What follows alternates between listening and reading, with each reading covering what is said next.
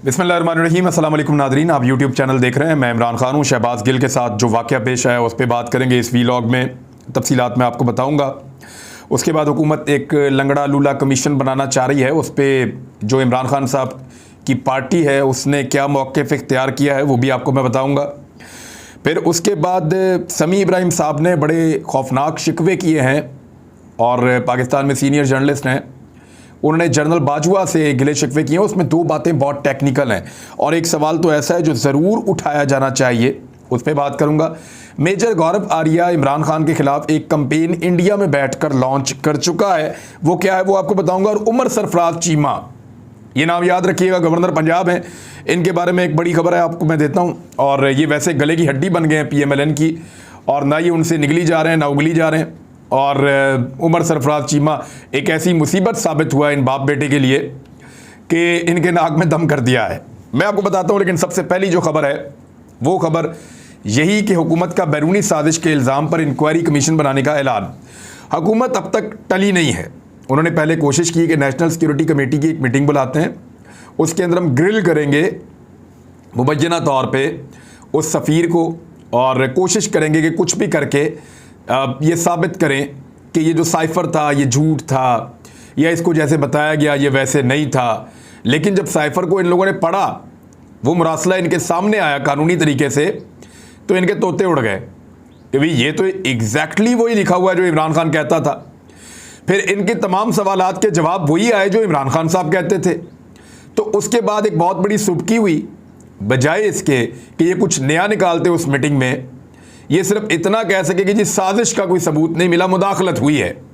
और साथ ये भी कह दिया कि इससे पहले वाली जो नेशनल सिक्योरिटी कमेटी की मीटिंग जिसको इमरान खान साहब ने हेड किया था, हम तस्लीम करते हैं और उसके तमाम नुकात को सेकंड करते हैं, तौसीक करते हैं। उस मीटिंग की तस्दीक भी कर दी इन्होंने।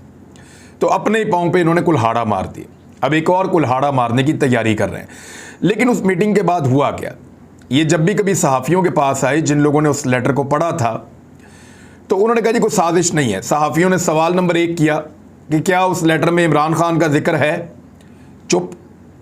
सहाफ़ियों ने सवाल पूछा कि क्या उस लेटर के अंदर तहरीक अदम एतमाद का जिक्र है? चुप। सहाफ़ियों ने सवाल पूछा कि क्या उस लेटर में कोई माफ़ी का जिक्र है? फिर चुप। फिर सहाफ़ियों ने सवाल पूछा कि क्या उस लेटर में ये जिक्र है कि पाकिस्तान को नताइज भुगतना पड़ेंगे? फिर चुप। फिर सहाफ़ियों ने सवाल पूछा कि क्या उस लेटर में वाकई ये भी जिक्र है कि अमेरिका अपने ताल्लुकात पाकिस्तान के साथ तहरीक अदम एतमाद की कामयाबी या नाकामी के साथ मशरूत कर चुका है? तो फिर चुप। यानी इन सवालात के जवाब नहीं दिए। खामोशी नीम रजामंदी होती है। अभी तक एक मरतबा भी हुकूमत का कोई रुकन ये नहीं कह सका कि अमेरिका की धमकी के अंदर तहरीक अदम एतमाद का जिक्र नहीं था। हुकूमत का कोई भी रुकन अभी तक कह सका ही नहीं कि ना अमेरिका ने तहरीक अदम एतमाद की कामयाबी के साथ माफ़ी को मशरूत किया, और ना अमेरिका ने तहरीक अदम एतमाद की नाकामी की सूरत में ख़तरनाक नताइज की धमकियाँ दी। ये कोई हुकूमत का बंदा ऐसी जुर्रत ही नहीं कर सका, क्योंकि बाकायदा उस मरासले के अंदर ये लिखा हुआ है। तो हुकूमत उसको झुटला भी नहीं सकती और उसके अंदर लिखा हुआ सच बोल भी नहीं सकती। बहुत बुरे फंस गए हैं। अब एक लूला लगड़ा किस्म का कमीशन बनाने की तैयारी हो रही है। वफाकी वज़ीर इत्तलात मरियम औरंगज़ेब ने इस्लामाबाद में प्रेस कॉन्फ्रेंस करते हुए कहा कि इमरान खान के खिलाफ कोई बैरूनी साजिश नहीं हुई। जब अपने इत्तेहादी छोड़ जाएं तब आपको याद आया कि बैरूनी साजिश हुई। उन्होंने बताया कि हुकूमत ने फैसला किया है कि उस सुबह शाम के तमाशे पर गैर जानिबदार इंक्वायरी कमीशन बनाया जाए। ये इंक्वायरी कमीशन गैर जानिबदार होगा और इसका सरबराह ऐसा मुकर्रर किया जाएगा जिस पर साजिशी टोला भी सवाल नहीं उठा सकेगा। इंक्वायरी कमीशन मुनसिफाना तौर पर फैसला करेगा, जिसके बाद मुल्क को झूठी सियासत के लिए इस्तेमाल करने वालों को कानून के कटहरे में लाया जाएगा। कमीशन फैसला करेगा कि इस ड्रामे का असल किरदार कौन है, और इंक्वायरी कमीशन के TORs काबीना के आगे अगले इजलास में सामने रखे। TORs में तो ये मारते हैं। एक तो ये कमीशन बनाएंगे जो मुतनाज़े होगा। तहरीक इंसाफ का ये कहना है कि सुप्रीम कोर्ट ऑफ पाकिस्तान में इस मामले के ऊपर ओपन हेयरिंग की जाए। सुप्रीम कोर्ट के अंदर ये मामला उठाया जाए तमाम फरीकैन को बुलाया जाए, ओपन हेयरिंग की जाए, सब कुछ दूध का दूध और पानी का पानी होना चाहिए कि पाकिस्तान में बैरूनी मुदाखलत हुई, साजिश हुई, कौन कौन शामिल था, कैसे हुई। लेकिन वो कर ये रहे हैं कि कमीशन बना रहे हैं और उसके टीओआर कहते हैं कि वो चीज़ें तय कर लेना जिनके अंदर रहते हुए ये कमीशन काम करेगा, वो टर्म्स तय कर लेना जिनके अंदर रहते हुए ये कमीशन काम करेगा। जब इमरान खान साहब का धांधली वाला कमीशन बना था तो टीओआर के अंदर ये तय कर दिया था क्या था कि मुनज़्ज़म धांधली ढूंढनी है आपने धांधली नहीं ढूंढनी, आपने लफ्ज़ मुनज़्ज़म शामिल करवा दिया था पीएमएलएन की उस वक्त की काबीना ने। तो जब मुनज़्ज़म का लफ्ज़ शामिल हो गया तो उन्होंने कहा जी धांधली तो पाकिस्तान में बहुत हुई है, 40 सफ़े उसके ऊपर हमने लिख दिए हैं, लेकिन मुनज़्ज़म नहीं हम पकड़ सके। अब मुनज़्ज़म करने के लिए तो बहुत सारे इदारों को, बहुत सारे लोगों को साथ रगड़ना पड़ता, तो वो कमीशन नहीं कर पाया। तो यहाँ पे भी इसी तरह के टीओआर जो हैं वो बनाए जाएंगे। लेकिन पाकिस्तान तहरीक इंसाफ ने साफ इनकार कर दिया कि इम्पोर्टेड हुकूमत के आखिरी चंद हफ्ते हैं, हुकूमत के कमीशन को मुस्तरद करते हैं। तहरीक इंसाफ के रहनुमा फवाद चौधरी का कहना था कि वो पहले ही मुबैना बैरूनी साजिश की तहकीकात के लिए हुकूमत के तहत किसी भी कमीशन को मुस्तरद कर चुके हैं। यानी हुकूमत के अंडर काम करने वाले ऑफिसर अगर कमीशन के ऊपर काम करेंगे तो क्या उसका नतीजा निकलेगा, कुछ भी नहीं।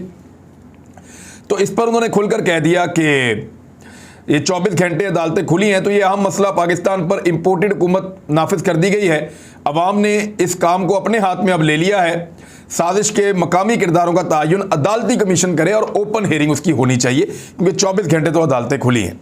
तो ये हुकूमत ने एक चीज़, एक पैंतरा खेला है जिसके मुकाबले में पाकिस्तान तहरीक इंसाफ ने अपना मौक़िफ़ रख दिया और वो इसको कभी तस्लीम नहीं करेंगे, ना ही इसको पब्लिक तस्लीम करेगी। शहबाज गिल वाला मामला इंतहाई सीरियस है। अब शहबाज गिल का एक्सीडेंट हुआ, वो लाहौर से इस्लामाबाद जा रहे थे और उस एक्सीडेंट के बारे में उन्होंने खुद कुछ लिखा है। उन्होंने कहा कि मुझ पर कातलाना हमला करवाने वालों को बताना चाहूँगा कि अपने मौला और कौम की दुआओं की वजह से ज़िंदा हूँ। मेरी गाड़ी का पीछा करके जानबूझकर हिट किया गया है, ये एक मंसूबे के तहत किया गया है।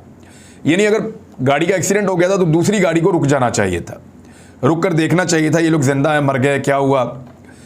तो दूसरी गाड़ी रुकी नहीं, इसको बोलते हैं हिट एंड रन केस, मार के भाग जाना, हिट एंड रन केस था ये। अब शहबाज गिल की गाड़ी को पीछे से आने वाली एक गाड़ी ने हिट किया, हिट करके उसको इस तरीके से टेक्निकली हिट किया कि वो गाड़ी उलट गई और वो कलाबाजी खा के साइड पे जाके गिर गई। शहबाज गिल लकीली उसमें, क्योंकि ये अमेरिका से बड़ा लंबा अरसा गुजार के आया तो इन लोगों को आदत होती है बेल्ट शर्ट ये बांध कर बैठते हैं। वैसे मेरी आप सबसे गुजारिश है कि मेरी अपनी जान एक मरतबा बची है बड़े खौफनाक एक्सीडेंट में, बहुत खौफनाक एक्सीडेंट था, सिर्फ इस वजह से कि मैंने सीट बेल्ट पहनी हुई थी और मुझे चंद मिनट पहले ही मेरे दोस्त ने इशारा किया तो मैंने सीट बेल्ट बांधी और फिर वो एक्सीडेंट हो गया और उसमें मेरी जान बच गई। तो आप सबसे गुजारिश है कि आप सीट बेल्ट का इस्तेमाल हमेशा करें और ज़रूर करें। तो शहबाज गिल की जान बच गई। उन्होंने कहा कि मुझे जानबूझकर हिट किया गया, ये एक मंसूबे के तहत किया गया है। मैंने कल ही कहा था कि क्या ज़्यादा से ज़्यादा आप हमें कत्ल करवा देंगे, करवा लें कत्ल, गद्दारी नहीं करूँगा। उन्होंने कहा कि इमरान खान के साथ खड़ा था, खड़ा हूँ और खड़ा रहूँगा। मैं आज कौम को बताना चाहता हूँ ये खान पर भी हमलावर होंगे, ये हर कीमत पर हमें चुप करवाने की कोशिश करेंगे। बैरूनी साजिश और उसके लोकल हैंडलर्स और गद्दारों को ये पता है कि इमरान खान और उसके साथी चुप नहीं बैठेंगे, इंशाअल्लाह सबको बेनकाब करेंगे। ये जी शहबाज गिल साहब वाला मामला, और ये बड़ा सीरियस मामला है। अगर वाकई कातलाना हमले हो रहे हैं और उजरती कातलों को इस्तेमाल किया जा रहा है तो ये इंतहाई खौफनाक है, ये नेक्स्ट लेवल पे चले गए हैं। इन्होंने पहले तौहीन मज़हब के इल्ज़ाम लगा के लोगों को मरवाने का पक्का बंदोबस्त किया, पाकिस्तान में आग लगाने का बंदोबस्त किया।